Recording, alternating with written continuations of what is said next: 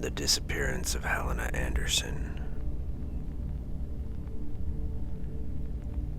22-year-old Helena Anderson disappeared on June 14, 1992 in Mariestad, Sweden.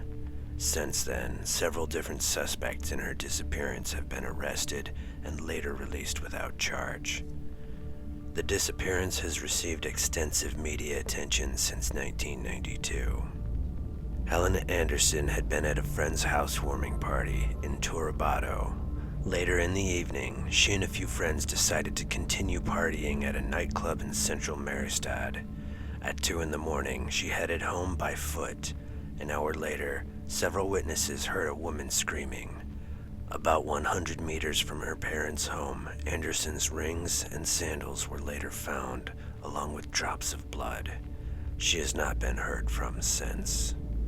The first man to be a suspect was a Danish man who witnesses had seen driving a white car, allegedly picking up Helena Anderson and driving away from the club. He was arrested and later released. In August 2019, DNA tests found traces of 3 different people on her sandals. In August 2021, a man in his 60s was arrested in connection with Helena Anderson's disappearance. He was later released, but remains a suspect. In 2020, the Swedish police special cold case group in Gothenburg started investigating the case. During the evening, Helena had called her sister to ask her if she had seen her wallet. Her sister told her she would pay for a taxi home. Helena decided to walk home anyway. 2 rings and the sandals she had been wearing were found the day after her disappearance. Several witnesses told police they saw a white or possibly light-colored car near the place where Helena Anderson's belongings were found. The 60-year-old suspect had a white car at the time of Helena's disappearance. Since then, the car has been scrapped. This information was revealed to the public in 2021. Witnesses heard a loud scream, identified by them as that of a woman. In 2017, another man was arrested on suspicion of the disappearance. He was also released later. He was known in the media as the man with the pilot glasses. In 2010, a white Volvo 744 was examined for evidence by an investigator due to tips from the public. It formerly belonged to an 80-year-old man who had died in a house fire. The car was deemed to not have anything to do with her disappearance. In September 2021, investigators revealed that the 60-year-old suspect's DNA had been sent for analysis at the National Forensic Center to be matched to the blood traces found on her sandals. After his arrest, police also searched his home in the area where Helena disappeared without revealing any results to media. Her disappearance has also been linked to murderer Anders Eklund, but no charges have been brought. On June 20th, 2022, Swedish prosecutors handling the case decided to close all investigations. It will only be reopened if new evidence emerges.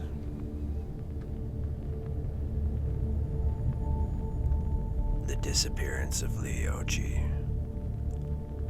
Lee Marine Ochi vanished under mysterious circumstances as a teenager at her home in Tupelo, Mississippi during Hurricane Andrew. Her mother, Vicki Felton, returned home on the morning of August 27, 1992 to find Lee missing and evidence of blood in the house. Searches in and around Tupelo proved fruitless. On September 9, 1992, Lee's eyeglasses were mailed to her home in an envelope addressed to her ex-stepfather. Law enforcement deemed this action a ruse to distract detectives in their search efforts. In November 1993, a human skull discovered in a soybean field was erroneously attributed to Lee, but this link was later retracted and the skull was positively identified as that of an adult woman who had gone missing in an adjacent town. Despite numerous searches, Lee's whereabouts remain unknown. Her case has received media coverage from Nancy Grace in 2020, as well as an extensive independently produced podcast in 2017. On the morning of August 27, 1992, Lee Ochi, then aged 13, was left at her home at Tupelo when her mother departed for her job at approximately 8 a.m. Lee had planned to attend an open house at her middle school that day with her grandmother. At the time, Lee's father resided in Virginia. Shortly after arriving at her office, Felton was notified that a storm related to Hurricane Andrew was heading for Tupelo, and phoned her house to inform her daughter sometime before 9 a.m. When Lee failed to answer, Felton became worried and left her job to check on her, driving approximately 1.5 miles back to her home. According to Felton, upon returning home, she found the garage door open and the light on. Entering the house, she noticed blood smeared on the wall.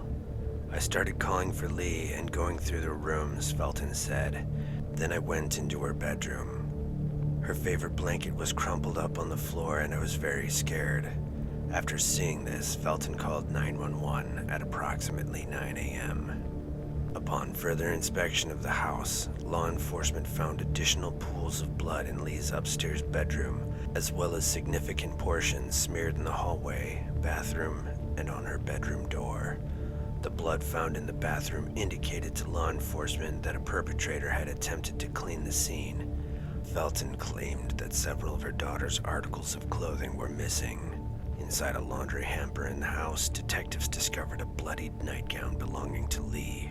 Tupelo Police Chief Bart Aguirre stated, "Because it looked like the blood had dripped down onto her nightgown, you would think the injury had to be above the neck, possibly."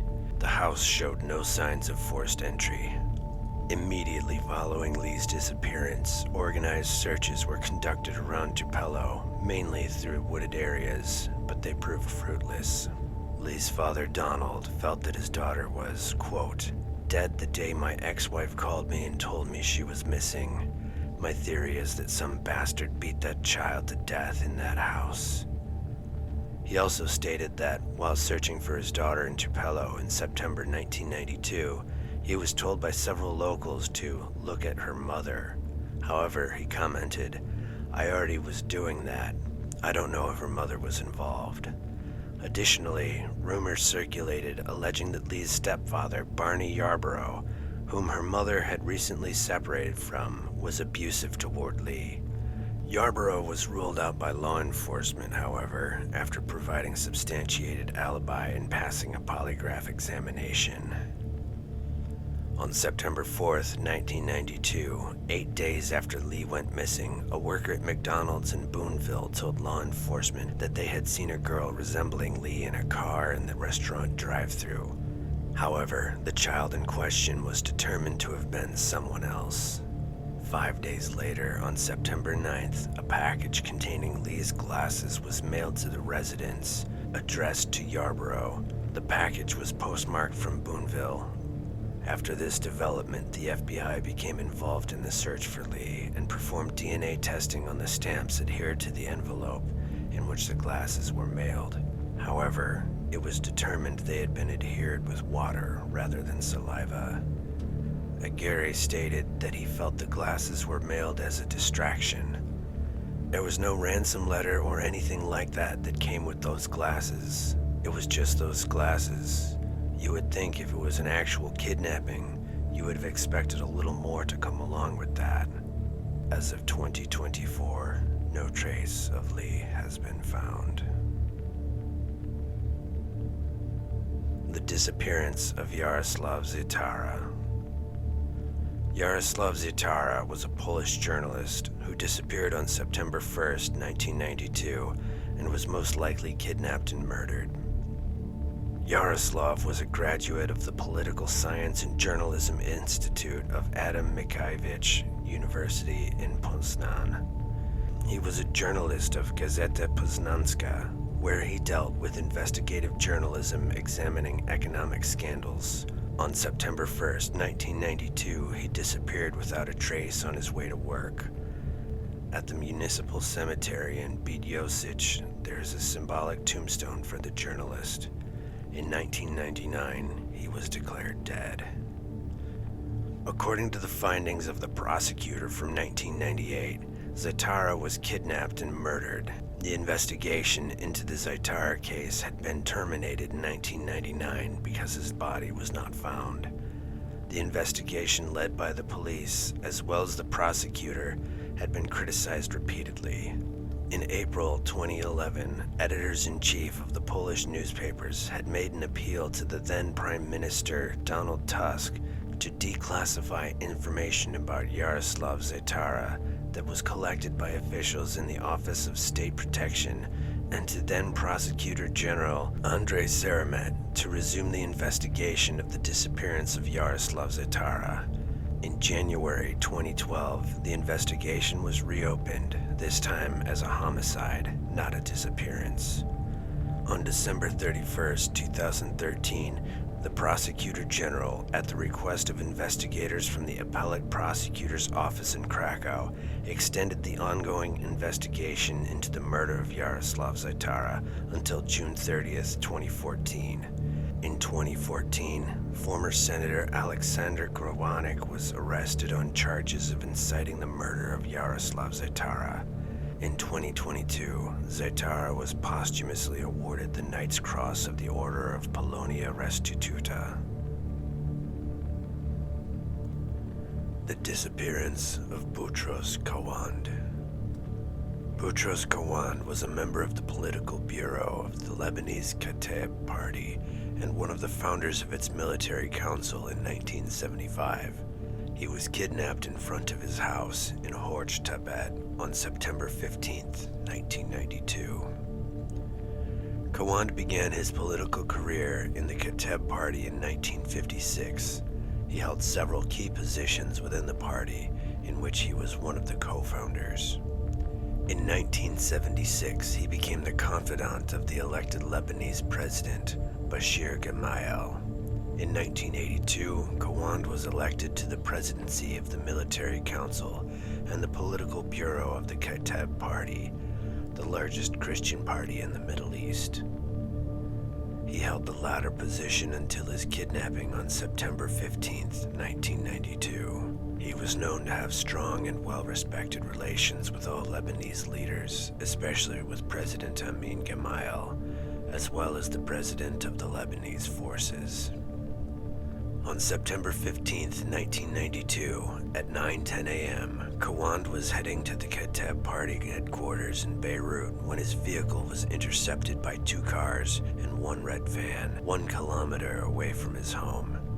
Between 8 and 10 gunmen pulled him out of his car, forced him into the van, and rushed him to an unknown location. It is widely believed that he is still alive in one of the Syrian jails, most probably in Tadmor prison or in the Seven Seas prison controlled by the Syrian Air Force Intelligence Service, although some reports stated that he was later transferred to Al-Hasaka prison. On September 18, 2021, Abbas Ibrahim promised to uncover the fate of Boutros Kawand.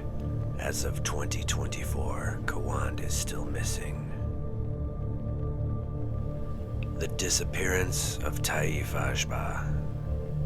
Taif Ajba was an Abkhaz language poet from Abkhazia. Ajba was born on March 11, 1939, in the village of Akandara. Ajba was last seen on October 9, 1992, in Sukhumi, less than 2 months after the entrance of the Georgian military at the start of the 1992 to 1993 war, as he and 3 others were driven off in a bus by Georgian guards in an unknown direction. According to unconfirmed reports, Ajba was tortured and shot dead. Ajba's first collection of poetry, entitled simply Poems, was published in 1968. Besides original work, Ajba also translated into Abkhaz works by Russian poets. On July 19, 2011, a plaque by sculptor Tsira Akba was inaugurated on the exterior of Ajba's former residence in Sukhumi. On March 11, 2016, 77 years after Ajba's birth, Abkhazia's Ministry for Culture announced the establishment of a set of 3 prizes in Ajba's name for Abkhaz children's poetry, prose, and drama. The first edition will cover the period since the 1992-1993 war. Subsequently, the prizes will be awarded every 3 years. Ajba was chosen over other authors who contributed to children's literature due to his impact on the language of Abkhaz children. Some people disappear without a trace, as if the hand of some eldritch thing reached out from the shadows and took them. Some, no doubt, met a terrible end at the hands of their fellow man. Others still came by their fate by their own hand. Whatever the case, if you have any knowledge of the fate of any of the aforementioned cases, reach out to the relevant authorities so that the families of the missing might find some closure. Like and subscribe if you've enjoyed this narration. Expedition Mystery, signing off.